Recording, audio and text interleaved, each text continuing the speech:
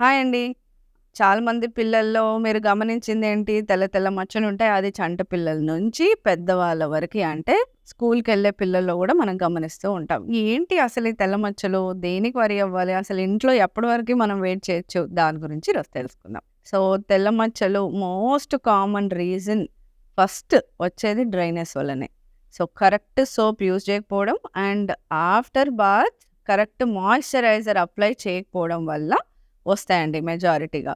So, దీంతో పాటు కొంతమంది బేబీస్‌కి న్యూట్రిషనల్ డెఫిషియన్సీస్ అనంటే కొన్ని విటమిన్ డి, కాల్షియం, బి12 ఇలాంటివి కొన్ని తక్కువుండడం లోపాల వల్ల కూడా తెల్ల మచ్చలొచ్చే అవకాశాలుంటాయి.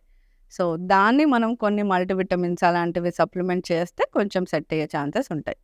కానీ మరి ఏ తెల్ల మచ్చలకి మనం భయపడాలి? సో, ఏ తెల్ల మచ్చలైతే మనం మంచి మాయిశ్చరైజర్ అప్లై చేసినా అండ్ మంచి బేబీ సోప్ యూజ్ చేసినా గానీ పోవట్లేదు. అలాంటప్పుడు డెఫినెట్‌లీ మనం ఒకసారి డాక్టర్‌ని కన్సల్ట్ చేయాలి. సో, దాంతో పాటు తెల్ల మచ్చలు ఏవైతే స్కేలీగా ఉండడము అండ్ ఇరిటేషన్, ఇచ్చింగ్ సో, ఇవిటితో వస్తున్నాయంటే అది ఫంగల్ ఇన్ఫెక్షన్ కూడా అవ్వచ్చండి. సో, దానికి కూడా మనం డాక్టర్ దగ్గరికెళ్ళాల్సిన పరిస్థితి ఉంటుంది. పుట్టుకతోనే కొంతమంది బేబీస్‌కి తెల్ల మచ్చలనేవి ఉంటాయి. అందరికీ పుట్టుమచ్చ అంటే నల్ల పుట్టుమచ్చ అనే తెలుసు. కానీ కొంతమంది బేబీస్‌కి పుట్టినప్పటి నుంచి కూడా కొన్ని తెల్ల మచ్చలు అనేవి ఉంటాయి. That are called as nevus anemicus. So, that is also a normal variant అవ్వచ్చు.